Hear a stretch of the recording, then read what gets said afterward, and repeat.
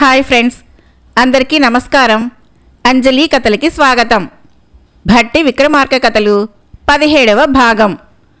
9వ ప్రతిమ చెప్పిన కథ. ఆ వేళ భోజరాజు సింహాసనం అధిష్ఠించాలని రాగా 9వ సోపానం మీదున్న ప్రతిమ ఇలా చెప్పసాగింది. దేశ సంచారానికి బయలుదేరిన భట్టి విక్రమార్కులు ఒక పట్నం బయట కొలను చూసి గట్టు మీద కూర్చొని దంతధావనం చేసుకుంటూ ఉంటే స్త్రీలు వచ్చి నీళ్లు పట్టుకెళ్ళసాగారు. కొందరు పట్నంలో నుంచి ఒక స్త్రీ శవాన్ని ఆడవారు పోతున్న దారికి దగ్గరలోగా పడేసిపోగా అమ్మలక్కలు ఆ పీనుగును గురించి మాట్లాడుకుంటూ పోసాగారు. కొంతసేపయ్యాక అక్క చెల్లెళ్ళైన 2 వైశ్యకాంతలు అక్కడికి వచ్చారు. పెద్దది ఆ కళేబరాన్ని చూసి ఏడుస్తూ ఉంటే రెండవది, దీనికి మనకి ఏం సంబంధం అని ఏడుస్తున్నావు అని అడిగింది. ఆడపుట్టుక అందరికీ ఒకటే, దీని గతి ఇలా అవుతుందని ఎవరూ అనుకోలేదు. ఇది వ్యభిచారం చేయటం వలన పౌరులు దీనిని కొట్టి చంపి ఆడవాళ్ళకి బుద్ధి రావాలని ఇక్కడ పడేసిపోయారు అంది. చెల్లెలు నవ్వుతూ, బాగానే ఉంది, నేర్పు లేకుండా వ్యభిచరించే దాని గతి మరెలా ఉంటుంది? వ్యభిచరించడంలో చాలా చాతుర్యం ఉండాలి అంది. ఆ మాటలు విన్న విక్రమార్కుడు, బట్టి చిన్నదాని మాటలు విన్నావు కదా, ఎలాగైనా దాన్ని పెళ్లాడి ఆ నేర్పరితనమేంటో ఎలా ఉంటుందో తెలుసుకోవాలి. పట్నంలోకి పద అన్నాడు. తోవలోనే ఆ చిన్నదాని వివరాలు తెలుసుకున్నారు. వర్తకులు స్వజాతివారని అర్ధపాల శెట్టి వాళ్ళిద్దరికీ చాలా మర్యాద చేసి అడిగాక, అయ్యా, మేము కాంచీ నగర వాసులం, ఇతను నా తమ్ముడు, తానీ కన్యను చూసి వరిస్తానడంతో ఇలా తీసుకువచ్చాను. ఎందరిని చూపించినా వద్దన్నాడు. మీ కుమార్తె ఒకటి పెళ్ళికుందని తెలిసి వచ్చాం అన్నాడు. లక్షణాలను చూసి సంతృప్తిపడి తన 2వ పుత్రిక ప్రవాళవలినివ్వటానికి అంగీకరించి వివాహం జరిపించాడు శెట్టి.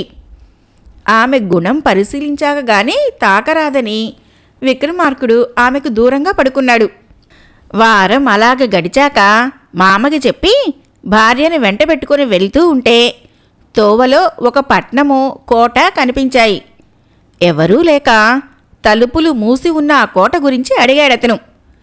అందుకా పౌరుడు, అయ్యలారా, ఇది మహా ఐశ్వర్యవంతుడైన శృతచేనుడిచే పాలింపబడుతున్న పట్టణం. రాజు నగరము కోటలోనే ఉన్నారు. బిడ్డలు లేని ఆ రాజు ఈ కోట తలుపులు మోయించి ముద్ర వేయించి సాహస వితరణ సుగుణాలు కలవాడు తాకితేనే తలుపులు తెరుచుకుంటాయని తన సత్యమహిమతో నిశ్చయించి పరలోకగతుడయ్యాడు. అతని భార్య సహగమనం చేసింది. అప్పటినుంచి కోట తలుపులు మూయబడి ఉన్నాయి. పౌరులే తమ కార్యాలు చక్కబరుచుకుంటున్నారు. ఇంతవరకు అలాంటి గుణవంతుడు రానూ లేదు, కోట తలుపులు తెరుచుకొనూ లేదు అన్నాడు. విక్రమార్కుడు ముట్టుకునేసరికి ఆ తలుపులు విడిపోయాయి. పౌరులు ఆశ్చర్యపోయి అతనే తమ రాజుగా నిశ్చయించుకున్నారు. భట్టి విక్రమార్కులు కోటలో ప్రవేశించి సర్వసన్నద్ధంగా ఉన్న రాజమందిరంలో నివసించసాగారు. ఆమె వ్యభిచారం నేర్పు తెలుసుకోవాలని విక్రమార్కుడు ఇంకా ఆమెను ముట్టుకోకుండానే ఉండిపోయాడు. పగటిపూట బయటకు వెళ్ళేటప్పుడు తలుపులు మూయించి ముద్రలు వేయించి తాము లేనప్పుడు పోతుటీగ కూడా చొరబడకుండా కట్టుదిట్టం చేయించాడు. పురుష సుఖం తప్ప ప్రవాళవల్లికి మరే లోటు లేదు. కోటలో వారి వస్త్రాలు తీసుకుపోయే చాకలిదానికి వయసులో ఉన్న కొడుకు ఒకడున్నాడు. ప్రవాళవల్లి కట్టి విడిచిన వస్త్రంలోని పరిమళానికి మెచ్చి అలాంటి చీర కట్టే స్త్రీ ఎంత అందంగా ఉంటుందో అని ఆమె మీద మోహం పెంచుకున్నాడు. వాడికెప్పుడూ ఆమె ధ్యాసే అయిపోయింది. రోజు రోజుకి వాడు కృశించిపోతుంటే తల్లి బుజ్జగించి వాడి కోరిక విని, కొడుకా, దిగులు పడకు, నా చేతనైన ప్రయత్నం చేసి నీ కామెతో పొందు లభించేటట్లు చేస్తాను అని ధైర్యం చెప్పి స్వస్థత పరిచింది. వైశ్యపుత్రి చాకలిదాన్ని పిలిచి, ఇంత బాగా చలువ చేసేదెవరు అని అడిగితే తన కొడుకు అని చెప్పింది. అతనికి ఆమె మీద ఇష్టం అని కూడా చెప్పింది. అలాగా, అయితే నేను అతన్ని చూడాలి, కానీ ఈ కోటలోకి అతను రావటం కుదరదు గదా. తెలివితేటలుంటే వటపత్ర సాయిని ఆశ్రయించమను. అలా అయితే అతను నన్ను చూడగలడు, భయం లేదు అంది. చాకలి దానికామె మాటలోని అర్థం తెలియకపోయినా వాటినలాగే కొడుక్కి చెప్పింది. తెలివైనవాడు వాటి గూఢార్థం తెలుసుకొని, అమ్మా ఇంక భయం లేదు అని స్నానం చేసి మంచి బట్టలు కట్టుకొని వెళ్ళాడు. కోట చుట్టూ నడిచి చూడగా ఒకచోట పెద్ద మర్రి చెట్టు యొక్క కొమ్మ ఒకటి కోటలో నుంచి పైకి వంగి ఉంది. వాడది పట్టుకొని ఎక్కి అంతఃపురంలోకి వెళ్ళగా భట్టి విక్రమార్కుల మధ్య ఆమె నిద్రపోతూ ఉంది. వాడు జాగ్రత్తగా ప్రవాళవల్లిని కాలు గీరి సైగ చేశాడు. ఆమె వాడి తెలివికి సాహసానికి మెచ్చి అతన్ని రమ్మని వారు అటూ ఇటూ ఉండగానే సురతకేళి జరిపింది. ఆ సమయంలో భట్టి చూసి అతన్ని విక్రమార్కుడు అనుకొని, విక్రమార్కుడు చూసి ఆమెతో సుఖిస్తున్నది భట్టి అని అనుకొని ఒకరి మీద ఒకరు అసూయపడ్డారు. విక్రమార్కుడు భట్టిని ద్రోహిగా తలచి అతని ముఖం చూడటం మహాపాపమని కోపగించాడు. తెల్లవారే వరకు ఊరుకొని సుఖించాక ప్రవాళవల్లి వాడిని అంతఃపురంలో ఒక గదిలో దాచి ఏమీ ఎరగని దానిలా ఉండిపోయింది.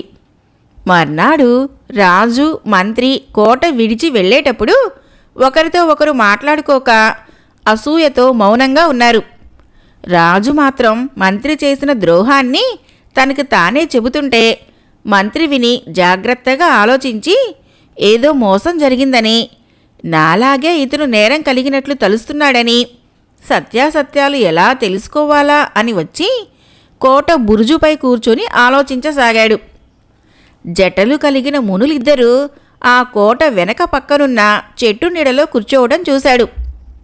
వాళ్ళు కొంచెంసేపు కూర్చున్నాక జడల ముడులు విప్పగా వాటిలో నుంచి ఇద్దరు రమణులు వచ్చి అల్పశంక నివారణార్థం అన్నట్లు ఒక మరుగు స్థలానికి పోయి రవికలో దాచిన పురుషులని బయటకు తీశారు.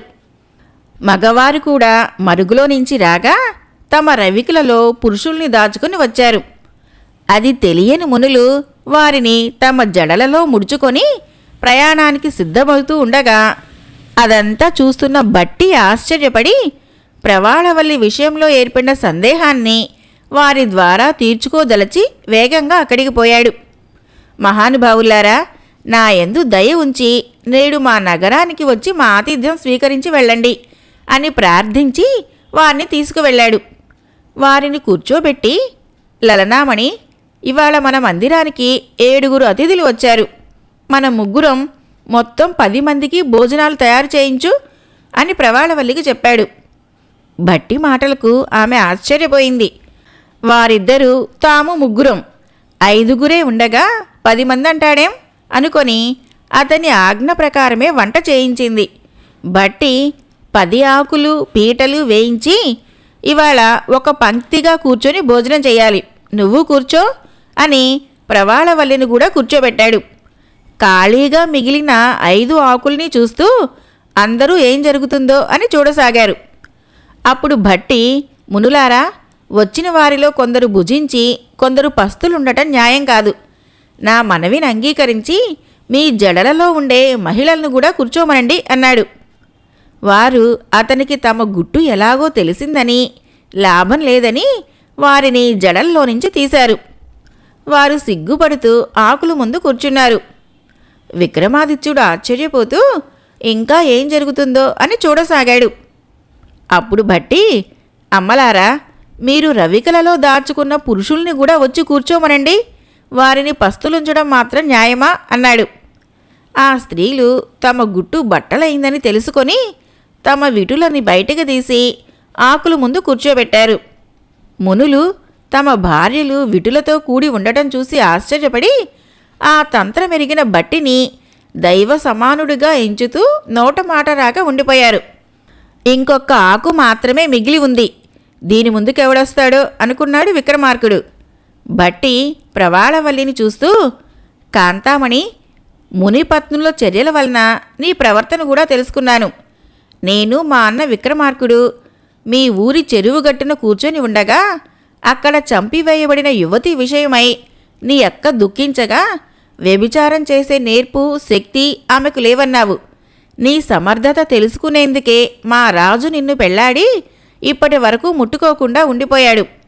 నువ్వు నీ చాతుర్యం చూపించావన్నది స్పష్టమైంది. ఇంక దాపరికమెందుకు? నిన్న రాత్రి నువ్వు మా మధ్య పడుకొని ఉండి రప్పించగా వచ్చినవాడు, నీతో క్రీడించినవాడు అయిన ఆ పుణ్యాత్ముణ్ణి కూడా పిలువు, అందరం కలిసి ఆనందంగా భోంచేద్దాం అన్నాడు. అంత స్పష్టంగా చెబుతున్న భట్టితో బొంకటానికి కుదరక ఆమె దాచి ఉంచిన చాకలి విటుణ్ణి పిలుచుకువచ్చింది. ఆ వింత చూసి విషయమంతా గ్రహించిన విక్రమార్కుడు భట్టి వివేకానికి ఎంతో సంతోషించి అతన్ని కౌగలించుకొని, నేను నిన్ను దోషిగా ఎంచాను, అది చాలా పెద్ద నేరం అని తెలుసుకున్నాను. నా యందు భేదబుద్ధి వదిలి మునపటిలాగే ప్రవర్తించు అని ప్రార్థించాడు. అప్పుడు అందరూ భోజనాలు చేశారు. రాజు మునుల వైపు చూసి, తపస్సులారా, మీరు మీ భార్యలను తీసుకుపోండి అన్నాడు. వారు, రాజశేఖర, ఈ స్త్రీలపై సందేహం కలగకుండా జటలలో దాచుకున్న వీరు విటులను పెట్టుకొని మమ్మల్ని మోసం చేశారు. ఈ వ్యభిచారిణులని మేము పరిగ్రహింపము, వారికి మాకు సంబంధం లేదు అని వెళ్ళిపోయారు. విక్రమార్కుడు ప్రవాళవల్లి మీద కోపగించక ఆమెను చాకలివానికే ఇచ్చి మునిపత్నులకు వారి విటులకిచ్చి పెళ్లి చేసి ఆ పురాధిపత్యాన్ని, కోటని చాకలివానికి, మంత్రి పదవులను మునిపత్నుల విటులకి నిర్ణయించి సుఖంగా బతకండి అని ఆ నగరం విడిచి భట్టితో వెళ్ళిపోయాడు. అప్పటికి దేశ సంచార కాలము ముగిసింది.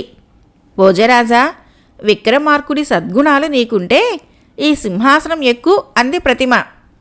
ఆ వేళకి ముహూర్తం దాటిపోవటంతో భోజరాజు తన మందిరానికి వెళ్ళిపోయాడు. 10వ బొమ్మ చెప్పిన కథ.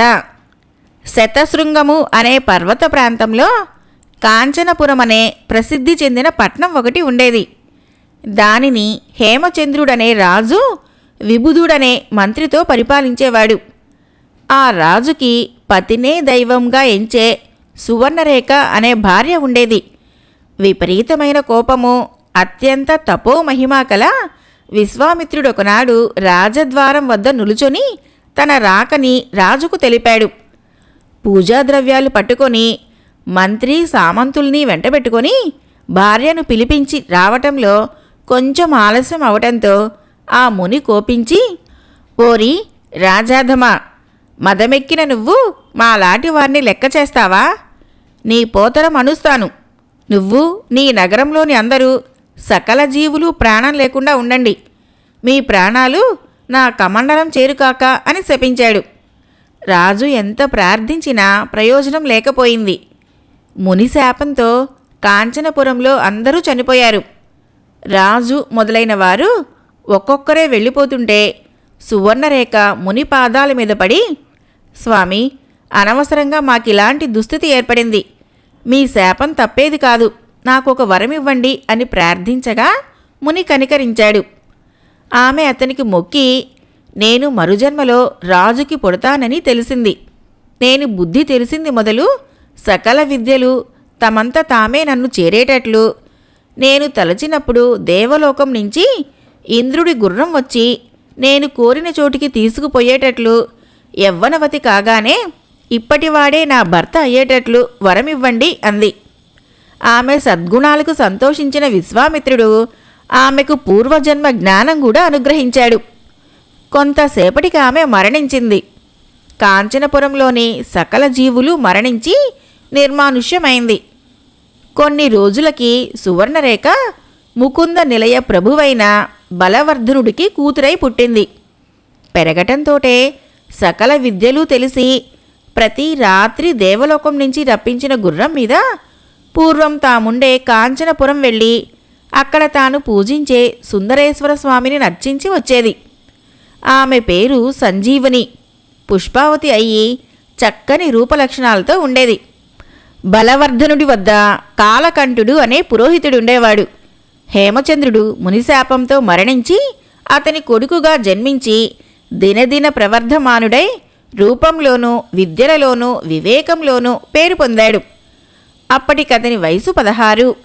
సంజీవనికి వివాహం చేయాలని ఆమె తల్లిదండ్రులు ఆలోచిస్తూ ఉంటే పనికత్తె ఒకటి ఆ మాటలు సంజీవనికి చెప్పింది. ఆమె తండ్రి వద్దకు వెళ్ళి, నాయనా, మీరు నాకు పెళ్లి చేయాలని యోచిస్తున్నట్లుంది. ఇక్కడికి చాలా దూరంలో కాంచనపురం అనే నిర్జన నగరం ఉంది. దానిని పాలించిన హేమచంద్రుడు, మంత్రి విబుధుడు, రాణి సువర్ణరేఖ ఇప్పుడు వారెవరూ లేరు. ఆ పట్నం మాత్రం జనశూన్యమై మిగిలి ఉందట. ఎవడు కాంచనపురం వెళ్ళి అక్కడి విశేషాలు కనుక్కొని వచ్చి చెబుతాడో అతనే జాతివాడైనా ఎలాంటి వాడైనా అతనికే భార్యను కావాలనే వ్రతం పూనాను. నా వ్రతం భంగం కాకుండా చేయండి అంది. తండ్రి ఆమె మాటల్ని అంగీకరించి కాంచనపురం చూసి వచ్చి అక్కడి విశేషాలు వివరించేవాడికి నా కూతుర్నిచ్చి పెళ్లి చేస్తాను అని పటాలు రాయించి పట్నం బయట 4 వైపులా పెట్టించాడు. చాటింపులు వేయించాడు. అది తెలిసి ఎందరెందరో ప్రయత్నించి కష్టాలు పాలయ్యారు. కానీ ఆ పురాన్ని చూసి వచ్చినవాడు ఒక్కడూ లేకపోయాడు. ఆ ఊరి పురోహితుడు కుమారుడు సుదేవుడు చిన్నప్పటి నుంచి సంజీవని రూపలావణ్యాలు చూస్తూ ఉండి యవ్వనంలోకి వచ్చిన ఆమెను కూడా చూసి మోహించి ఆమెనే ధ్యానించుకుంటూ ఇతర కార్యాల మీద మనస్సు లగ్నం చేయలేక వెర్రివాడిలా తిరుగుతూ ఒకసారి రాజు భవనానికి వచ్చి ముందు వెనక ఆలోచించకుండా గంట మోగించాడు. రాజభటులు వచ్చి అతన్ను రాజకుమార్తె వద్దకు తీసుకుపోగా ఆమె తెరచాటు నుంచి అతను కాలకంఠుడు పుత్రుడు అని గమనించి, ఓయ్ దేవా, ఎందుకు గంట మోగించావు? కాంచనపురం చూశావా? అక్కడ విశేషాలేమిటి అని అడిగింది. చూశాను. మనుషులు, జంతువులు అన్నీ ఇక్కడివిలాగే ఉన్నాయి. రాజపుత్రి, నేను నీపై పట్టలేని మోహంతో రాత్రింబగళ్ళు నిన్నే తలుస్తూ నిద్రాహారాలు కూడా మరిచాను. నువ్వు పూనిన వెర్రి వ్రతం వదిలి నన్ను వరించలేకపోయావో నా ప్రాణాలు పోవటం తథ్యం. నీకు బ్రహ్మహత్యా దోషం వాటిల్లక తప్పదు అన్నాడు. దానితో కోపగించి ఈ వెర్రివాడిని ఊరు బయట వదిలేయండి అని భటులకు ఆజ్ఞాపించింది. సంజీవని తన మీద చూపిన అనాదరణకి ఎంతో దుఃఖించి ఆమె మీద మనసు మరల్చుకోలేక ఎలాగైనా కాంచనపురం చూసి వచ్చి అక్కడి విశేషాలు చెప్పి రాజకుమార్తెను పెళ్లాడాలని దృఢంగా నిశ్చయించుకుని బయలుదేరాడు. కానీ ఎంత ప్రయత్నించినా, ఎన్ని కష్టాలు పడినా కాంచనపురం వృత్తాంతమే అతనికి తెలియలేదు.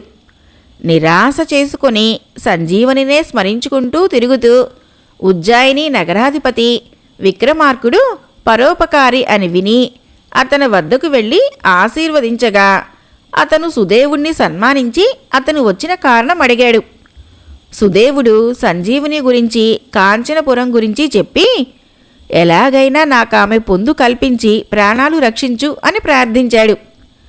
విక్రమార్కుడు అతనికి వాగ్దానం చేసి ఇంటికి పొమ్మన్నాడు. విక్రమార్కుడు భద్రకాళిని ఆరాధించి బేతాళుడి సాయంతో కాంచనపురం వృత్తాంతం తెలుసుకునేందుకు ప్రయాణమయ్యాడు.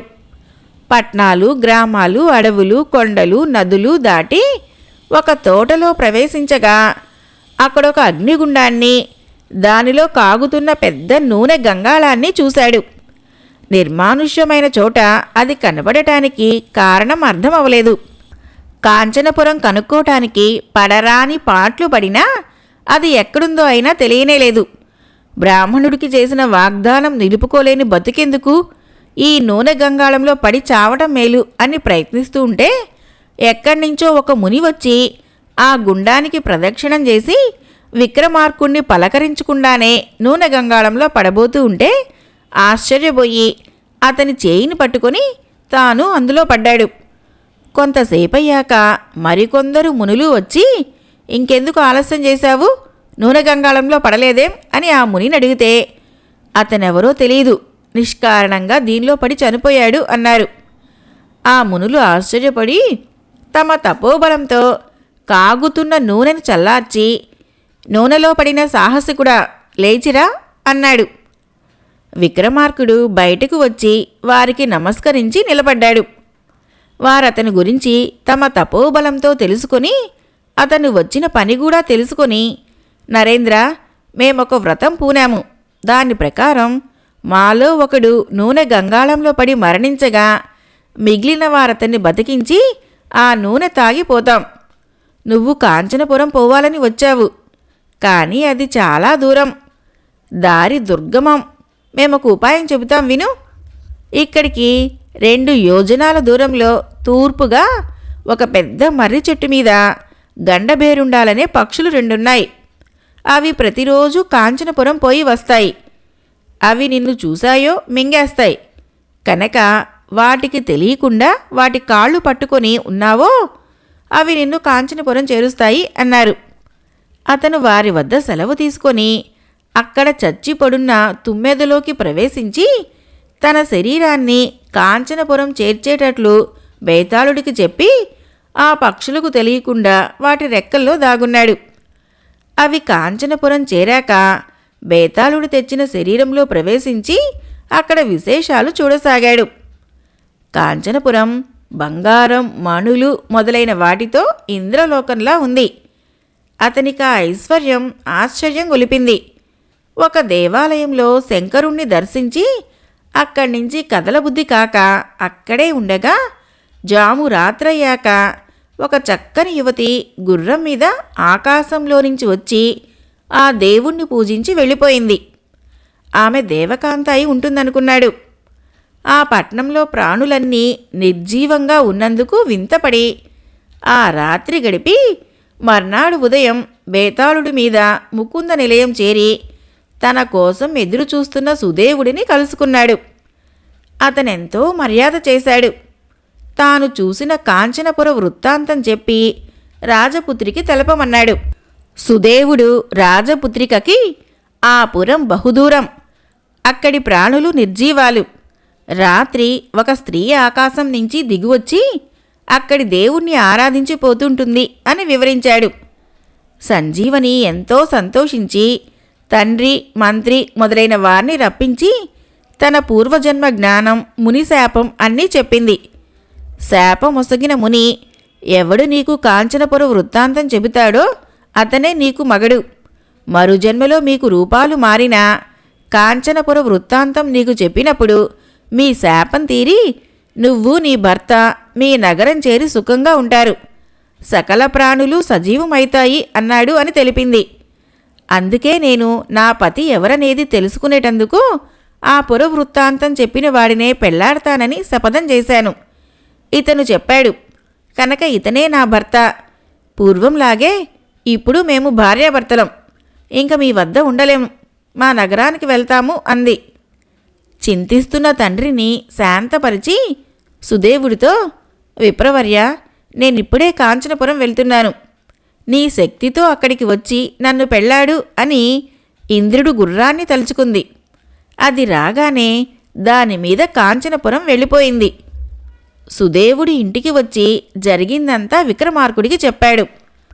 అతను బ్రాహ్మణ కుమారుడితో బేతాళుడిని ఆరోహించి కాంచనపురం చేరేసరికి సుదేవుడి రూపం అద్భుతంగా మారిపోయింది.